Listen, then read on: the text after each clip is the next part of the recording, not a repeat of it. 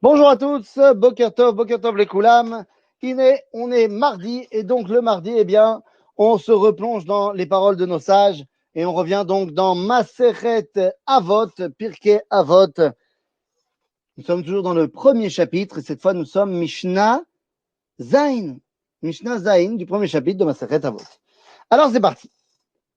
Nitai à Arbeli. Alors Nitai à Arbeli fait partie de ce couple qu'on a vu la semaine dernière avec Yehoshua ben Perachia.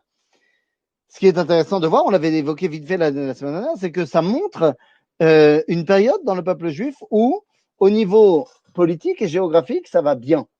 Puisque nous sommes donc après les conquêtes des Hashmonaïm, nous avons retrouvé notre indépendance et on peut voir que la Torah va monter dans le nord également. On n'est plus seulement dans la Judée, ni dans la Samarie, maintenant on est même dans dans la Galilée, puisque Nitaï ou Arbeli. Arbeli, ça veut dire qu'il vient du Arbel, et le Arbel, c'est la montagne qui est juste en face de Tibériade. Donc, ça veut bien dire qu'on est monté Mamash Batsafon et qu'il y a donc un long pays, un grand pays dans lequel on peut s'asseoir et étudier la Torah comme il se doit. Et donc, Nitaï Arbeli va nous enseigner quelque chose de fondamental. Nitaï Arbeli Omer, Harek Mishachen Ra, Ve'al Titraber Larasha, Ve'al Tityaesh Minapuranut. Alors, qu'est-ce que c'est que cette histoire-là? Yoshua ben Perachia, son couple, disait c'était évidemment Midat HaChesed, c'était porté vers le bien. Nitaï Arbeli, qui est Avbeddin, lui, il donnait des directives beaucoup plus, on va dire difficiles, mais qui sont des directives pour nous éloigner du mal. Et donc, que nous dit Nitaï Arbeli? Arek Mishachen Ra. Tu n'as pas le droit de rester en contact avec un voisin mauvais. A priori, d'ailleurs, il semblerait que ce soit la halakha. On retrouve ça dans le Rambam, dans Ilchot Deot, dans les lois sur les idées. Nous dit le Rambam qu'on se doit, chacun d'entre nous, d'aller habiter à côté des tzadikim. Il faut habiter dans un endroit où il y a les tzadikim, rester à côté d'eux pour apprendre d'eux, pour se remplir de leur enseignement, pour se recopier leur comportement. En d'autres termes, il ne faut aller habiter qu'à un endroit où il y a des tzadikim. Si tu veux maintenant déménager, eh bien, il faut choisir un endroit où la sviva, où l'ambiance qui est autour de là où tu vas habiter, c'est une ambiance de gens bien. Itrachek mishachen ra. Ça paraît logique. L'environnement va forcément avoir une influence sur toi, donc tu veux que l'environnement dans lequel tu vis est un bon environnement. A priori, rien, comme on dit, pas de quoi casser trois pattes à un canard. En d'autres termes, c'est barour. Alors, qu'est-ce que nous enseigne ici Nitaï Arbeli? Est-ce que Nitaï est en train de nous dire qu'on n'a pas le droit d'aller habiter dans un endroit où il y a des gens qui ne sont pas de tzadikim? Mais à ce moment-là, Nitaï Arbeli semble très, très, très en contradiction avec, par exemple, le rabbi de Lubavitch. Comment Nitaï Arbeli peut-il aller contre le rabbi de Lubavitch? Oui, bon, peut-être qu'il y a un anachronisme qui est dans l'histoire là. Non, mais qu'est-ce que je veux dire par là? Quand le rabbi il envoie des shlichim partout, dans des endroits où il y a des gens qui ne sont pas forcément vraiment shomrei Torah ou mitzvot, Asma, eh bien, il faut comprendre que ça dépend, cette Mishnah-là, et la façon dont on la réalise dépend de plein de variantes. Par exemple, est-ce que tu es en état d'être influencé ou en état d'influenceur? Voilà, aujourd'hui, avec les réseaux sociaux, il y a plein d'influenceurs.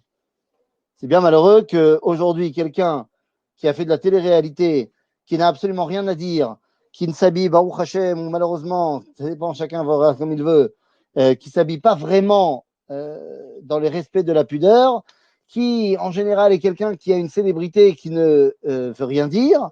Alors lui, c'est un influenceur. Lui, ce qu'il dit, tout le monde va regarder. Alors que les chachamim, qui envoient des vidéos, qui font des shiurim, avant qu'ils reçoivent un sou de YouTube, il y a le temps. Ne vous inquiétez pas, je ne parle pas de moi, je ne me considère pas comme étant un chacham.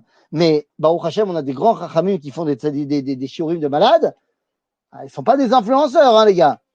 Bon, mais qu'est-ce que toi, tu es un influenceur ou est-ce que tu es un influencé? Le Rabbi Lubavitch avait l'habitude de dire que lorsque les shlichim y partent, ils sont occupés à donner et donc ils ne peuvent pas être occupés maintenant à recevoir. Donc quand tu donnes, tu donnes. Donc ici, on pourrait dire Itrachet mishachenra, achek mishachenra, c'est pour celui qui a peur d'être influencé. Seulement, une taille Arbeli n'a pas dit achek mishachenra, celui qui a peur d'être influencé. Et là, achek mishachenra. Il va falloir que tu t'éloignes du shachen hara. Mais il va falloir que tu rapproches le shachen atov. C'est le même. C'est-à-dire que lorsque tu vas habiter là où tu vas habiter, il y aura des shrenim autour de toi. Ces shrenim, ils peuvent être ra, ou tov. Tu as des gens, tu les vois, tu sais, c'est des mecs bien. Tu vois, tu as des gens, tu les vois, tu sais qu'il y a... Le mec qui est un mec bien, pas de là. Mais le mec qui est un mec ra, est-ce que ça veut dire qu'il n'y a pas de bien? Hara, zenatun TV.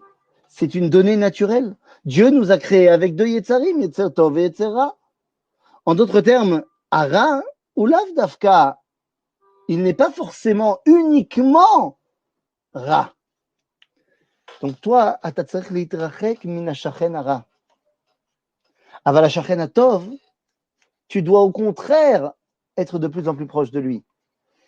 C'est la même personne. Et la personne, on va vite voir quand est-ce que tu n'as pas envie d'être avec lui et quand est-ce que tu as oui envie d'être avec lui. En d'autres termes, qu'est-ce qu'il nous dit, Nitaya Arbeli?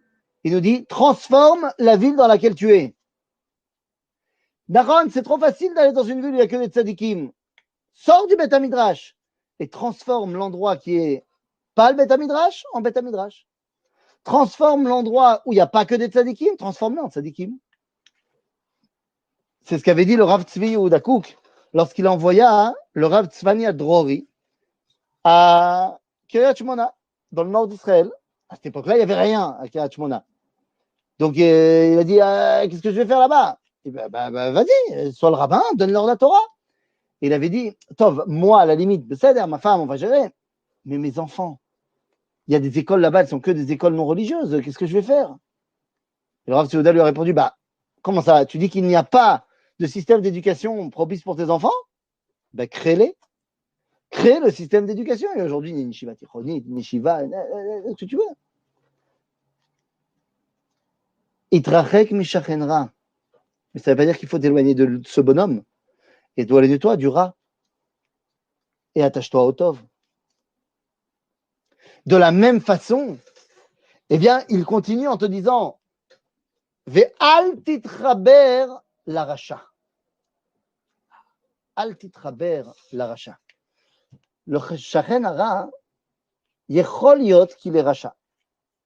D'ailleurs, Chachmei Moussar, ils vont te dire, si tu n'es pas mitrachek mishachen ra, tu vas finir par être mitraber la racha. C'est-à-dire, si tu ne t'éloignes pas du mauvais mec qui est dans des gens mauvais autour de toi, tu vas finir par être copain avec eux. Ah, si t'es copain avec un rachat, l'otov. Quelle différence d'ailleurs y a-t-il entre le rat et le rachat?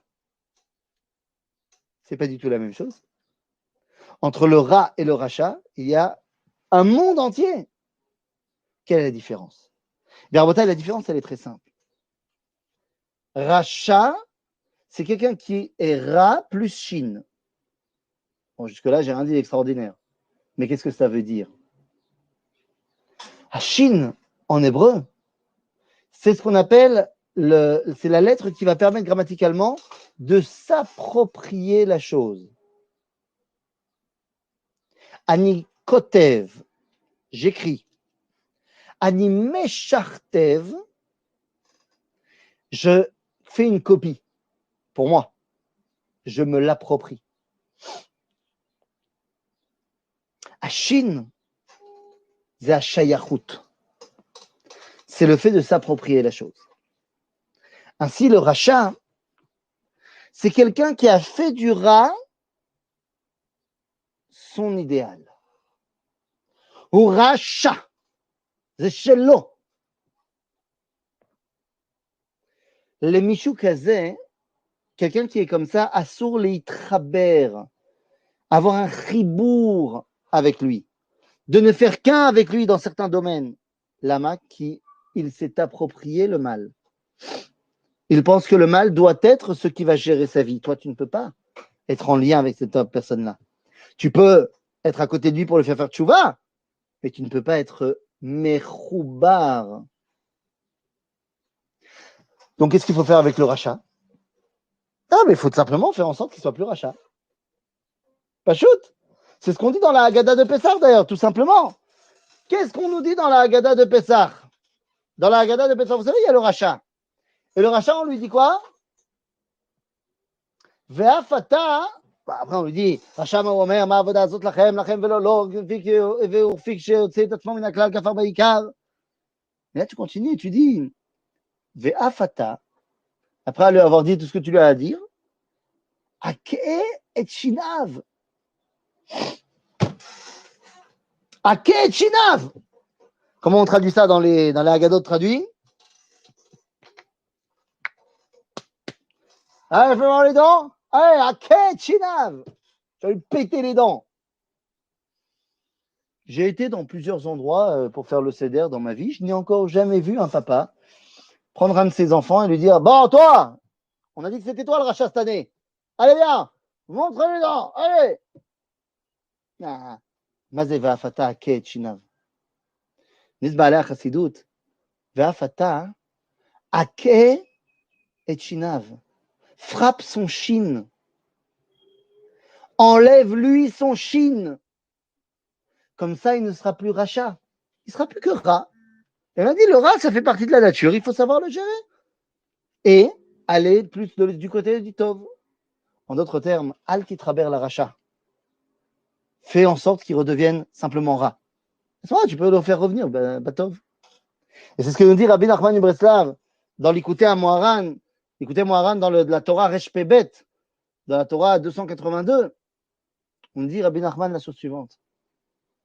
Il est impossible que même dans le rachat, le plus grand rachat, il n'y ait pas me'at davar tov.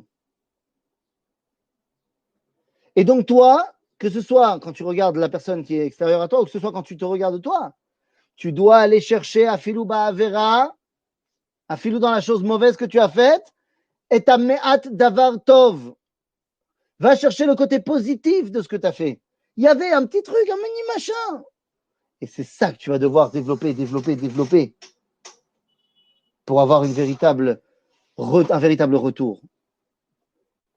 Non, mais j'ai été volé. J'ai volé, qu'est-ce que tu veux que je te dise? Je suis un voleur. J'ai volé du café. Oui, mais pourquoi tu as été volé du café, une boîte de café? Pourquoi tu as été volé? Mais enfin, j'ai pas le choix. Mon père, il m'a demandé. Il n'y avait plus de café à la maison. Ah, voler, c'est très mal. Mais tu as fait ça parce que tu voulais honorer ton père? C'est gadol meod de vouloir honorer son père. Seulement, il ne faut pas le faire en volant, et ainsi de suite. Nanana. Mais si tu t'attaches à la Nekuda Tova, tu vas faire prendre conscience et à toi et à lui que l'action qui était mauvaise, elle était mauvaise. Mais ça ne fait pas de lui quelqu'un de mauvais. C'est ça que j'ai appris de mes maîtres, que quand un enfant il fait une bêtise, qu'il a menti par exemple, à sourd de l'appeler menteur. Il faut lui dire tu as menti. Parce que si tu lui dis menteur, il va commencer à penser que c'est vraiment un menteur. Et donc, il va se développer, il ne veut pas décevoir. Donc, tout le monde dit que c'est un menteur, il doit mentir. Non, tu n'es pas un menteur, tu as menti. Al titraber la racha. D'autant plus que très souvent, qui te dit que c'est un rachat mamash? C'était le grand problème qu'avait Rabbi Yaakov Ridbaz. Rabbi Yaakov Yosef David Zeev Balovski, qui était un ami d'enfance et un élève d'enfance du Rav Kook, là-bas en Lituanie. Et le Rav Kook est monté en Israël et il s'est énormément rapproché du monde Chiloni, qu'il voyait comme étant ceux qui réalisent les promesses des prophètes. Lorsque le Ridbaz finalement est arrivé en Israël à Tzfat, il a dit, je ne comprends pas que ce Kook-là, qui m'enseignait la Torah et la Yirat Shamayim à Vologine, eh bien, est devenu le pote de ces Réchaïm. Et donc il dit, c'est très mal, et il faut, en plus, on prie 3 fois par jour pour eux, pour qu'ils disparaissent. Et le Rav Kook lui explique dans la Higueret Takana, dans la lettre 555, il lui dit, mais enfin, t'as pas compris, ce ne sont pas des Réchaïm. Tu t'occupes là uniquement des actions mauvaises qu'ils font. Mais va voir un petit peu à l'intérieur. Est-ce que tu arrives à l'Itraber, à la Tov, qu'ils sont en train de construire la terre d'Israël? Et que donc, il va falloir avoir un contact avec eux pour leur apprendre comment c'est pas bien de ne pas faire trop Matzot, de ne pas faire Shabbat, et ainsi de suite. Arrek mishachenra, et découvre le shachen tov qu'il y a. Ve'al titraber la racha. Il n'est plus racha à tes yeux. Tu as enlevé le shin. Et donc, ve'al tityaesh mina puranot. On peut dire de manière tout simple, comme on a dit, Bala Moussar, ve'al tityaesh. Ne t'inquiète pas, le racha qui a l'air de kiffer là maintenant, al tityaesh. La puranot pour lui, elle va venir. Ou alors on peut dire de manière plus, on va dire, dos ragil. Al tityaesh mina puranot. T'as un problème, al tidag, Kadosh Baruch Hu va t'aider. Al tityaesh. כמו שאמר רב נחמן מברסלב, אין ייאוש בעולם כלל. אין ייאוש. אבל qu'est-ce que ça veut dire, אין ייאוש? Al tityaesh. C'est-à-dire que la notion du ייאוש ne doit pas exister dans le judaïsme. Mais qu'est-ce que c'est que le ייאוש? Le ייאוש, définition, efkerut. Le ייאוש en français, c'est ce qu'on pourrait traduire comme étant l'abandon de tout espoir. C'est terrible. A ייאוש connaît ba'alacha. C'est-à-dire, imaginez quelque chose. On va faire une question de halakha toute simple. Je viens d'offrir une rivière de diamants fantastique qui coûte $1 million à ma femme. Ce n'est pas le cas, mais disons. Hein, comme j'ai dit, YouTube ne me paye pas encore, donc je ne peux pas encore offrir une rivière de diamants à $1 million à ma femme. Donc, j'ai offert une rivière de diamants et j'ai même fait graver dans le diamant du milieu, à l'arrière, son nom, son numéro de Teudat Zehut et je t'aime mon amour. Et comme c'est son anniversaire, en plus, je lui ai concocté un voyage en hélicoptère au-dessus des océans. Magnifique. Au plus près des baleines et des dauphins. Et puis d'un coup, là, notre hélicoptère s'approche du triangle des Bermudes. Triangle bien connu qu'il faut éviter. Et à ce moment-là, elle se penche un peu pour regarder.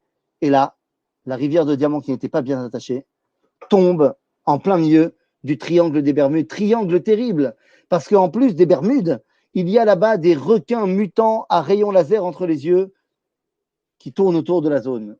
Et lorsque la rivière de diamants est tombée, eh bien, on a vu les requins tourner tout autour et l'accompagner dans les profondeurs.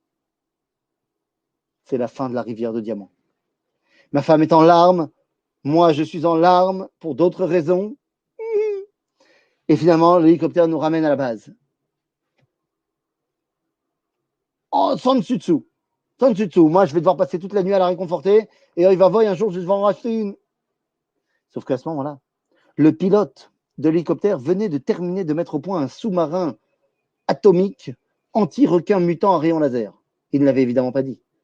Et le lendemain matin, il prend son sous-marin spécial, il va au triangle des Bermudes, il reçoit les requins mutants à rayon laser par une main magnifique qui les explose. Et grâce à son nouveau sous-marin anti-rayon mutant, des requins à rayon laser mutant, machin, eh bien, il retrouve exactement la rivière de diamants. Le surlendemain, ma femme se balade et voit notre pilote d'hélicoptère avec sa femme. Et elle porte la rivière de diamants. Et là, ma femme me dit, attendez. Elle regarde, il y a vraiment marqué son nom, son numéro de Teudat Zehut, je t'aime mon amour. Genre, Zéchéli. Eh bien non, d'après la halakha, ce n'est plus à ma femme. Parce que quand elle est descendue de l'hélicoptère, elle ne savait pas qu'il y avait des sous-marins anti-mutants, requins, chat, et donc elle a fait Yéhouch. Elle a abandonné complètement l'espoir qu'un jour elle puisse retrouver sa rivière de diamants, donc ce n'est plus à elle, halachiquement parlant. On s'en fout du ticket de caisse. Ça veut dire que le Yéhouch, c'est la perte de tout espoir. Quelqu'un qui est mityaesh, Quelqu'un qui perd tout espoir, ou l'homme amin, chez Bereshit, bar Elohim et Hashamayim et Haaretz. C'est que donc, si c'est Dieu qui a créé le monde, eh bien, Kol man de Avid Rachamana, l'étav Avid. Tout ce que Dieu a créé, c'est pour le bien. Ça veut pas dire que c'est bien, mais ça veut dire que je ne dois absolument jamais perdre l'espoir. Car ça sera mieux. Et donc, on nous dit ici, nous dit Nitaï Arbeli, Al tityaesh bimiuchad dema mina pour anout. Mazé pour anout, minashon lifroa. Que Dieu m'envoie quelque chose que je mérite quelque part. C'est que des lifroa chov, pour payer une dette. Pour anout. C'est quelque chose qui ébranle mon quotidien, qui ébranle mes certitudes. C'est pour anout. C'est quelque chose que je mérite, même si je n'arrive pas toujours à comprendre pourquoi, mais qui vient détruire le monde que je connais. Al titiesh misé. C'est peut-être très dur. On ne te dit pas al, je sais pas, al tiatsou, al tefached ou ce que tu veux. Al titiesh. On ne dit pas de ne pas être triste, de ne pas être déçu, de ne pas être. On te dit juste de ne pas perdre espoir. La main. Parce que cette pour anout, elle est là pour te faire découvrir un autre monde, un nouveau monde. Lorsque tu vas bien, ton monde est stable. C'est très bien. On a tous envie de cette stabilité. Mais cette stabilité nous empêche d'aller voir à l'extérieur, d'aller voir des choses qui ne sont pas les miennes. Donc, al titiesh mina pour anout. Puisque cette même pour anout a une valeur très importante. Elle te permet de rencontrer, certes dans la douleur pour l'instant, mais elle te permet de rencontrer de nouveaux horizons. Un monde que tu ne connaissais pas. Et choliot que là-bas, tu vas pouvoir aussi dévoiler la volonté du Créateur. Nitaï Arbeli donc nous dit, Al titraber, ne prends que le tov chez lui. Al titraber, l'aracha, change-le en tov, change-le, enlève-lui son shin, il deviendra ra, et de ra, il deviendra tov.